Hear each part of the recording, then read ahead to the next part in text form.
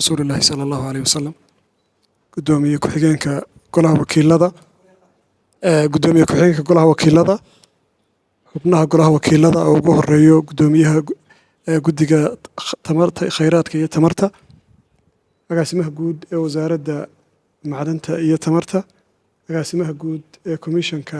tamarta Somaliland xubnaha ka socda mashruuca ama BIU-ga contractor-ka iyo dhammaan marti sharaftaba marka ugu horeysa waxaan isku salaamayaa assalaamu calaykum waraxmatullaahi wabarakaatu sharaf gaar ah inoo tahay annaga shirkad ahaan shirkadda Awdal Electric Company inaynu maanta goobjoog ka noqono mashruucan oo muddo dhowr sano soo socday xaalad badan kala duwan iyo marxalad kala duwan soo maray inuu maanta joogo gabagabadii mashruuca oo ah in mashruucii la saxeexo kaasoo loogu talagalay inay ka faa'iideystaan bulshada ku nool magaalada Boorama iyo guud ahaan gobolka Awdal intuba dabcan mashruucu sida Cabdifataax sheegay waa mashruuc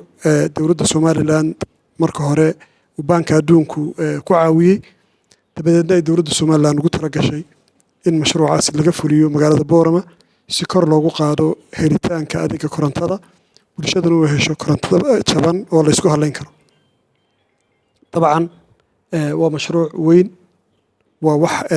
qayb weyn ka qaadan doona mashruuc wuxuu qayb weyn ka qaadan doona horumarka dhaqaale iyo bulsho magaalada Boorama iyo guud ahaan Somaliland intaba waayo waxa laga yaabaa in Boorama ay noqoto cid gacanta koowaad ka faa'iideysanaysa laakiin faa'iidada ay Boorama hesha waxay noqonaysaa mid gobolka oo dhan ama jamhuuriyadda Somaliland oo dhan gaadha in a way or another kulli siyaalo kala duwan soo gaadha marka lacagta inta la eeg markay wadanka gasho waxay macna u sameynaysaa dhaqaalaha wadanka iyo kobiciisa iyo wareejinta dhaqaalaha iyo inuu taayirka dhaqaalaha wadanku wareego waxa weeye wax weyn qarankeena waa dabcan sida Cabdifataax sheegay oo ah coordinator mashruuca ama isduuha mashruucu wuxuu soo maray marxalado badan oo aad u badan waxaan uga mahadnaqaynaa tiimka BIU-ga mashruuca ka shaqeynayay inay ku dadaaleen mashruucaasi inuu noqdo mashruuc waxtar leh markaan mashruuc waxtar leeyahay mashruuc markuu mashruuc farsamo yahay ama noocan oo kale ah shayga koowaad ee la tixgeliyo waxa weeye waa farsamada lacagtu waa shayga labaad laakiin hadduu mashruucu farsamo ahaan si wanaagsan u dhismo oo uu farsamo ahaan noqdo mid mataqaanaa aad u wanaagsan oo tayadiisu wanaagsan tahay wuxuu noqdaa mashruuc dee muddo badan jiri karo mataqaanaa raandhiis leh marka in 80% pointska ay ku xulanayaan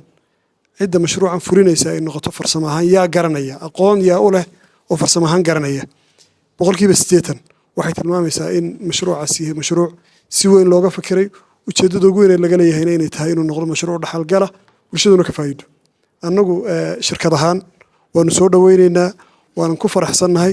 waxaan rajaynaynaa Ilaahay subxaanahu wa ta'aala sida ugu degdeg badan inuu mashruuca inoogu dhameeyo dhinaca kalena waxaan ballan qaadaynaa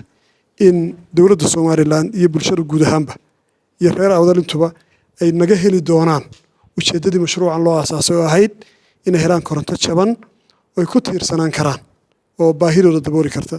aad iyo aad baan idin salaamayaa waanad ku mahadsantihiin dhammaantiin assalaamu calaykum waraxmatullaahi wabarakaatu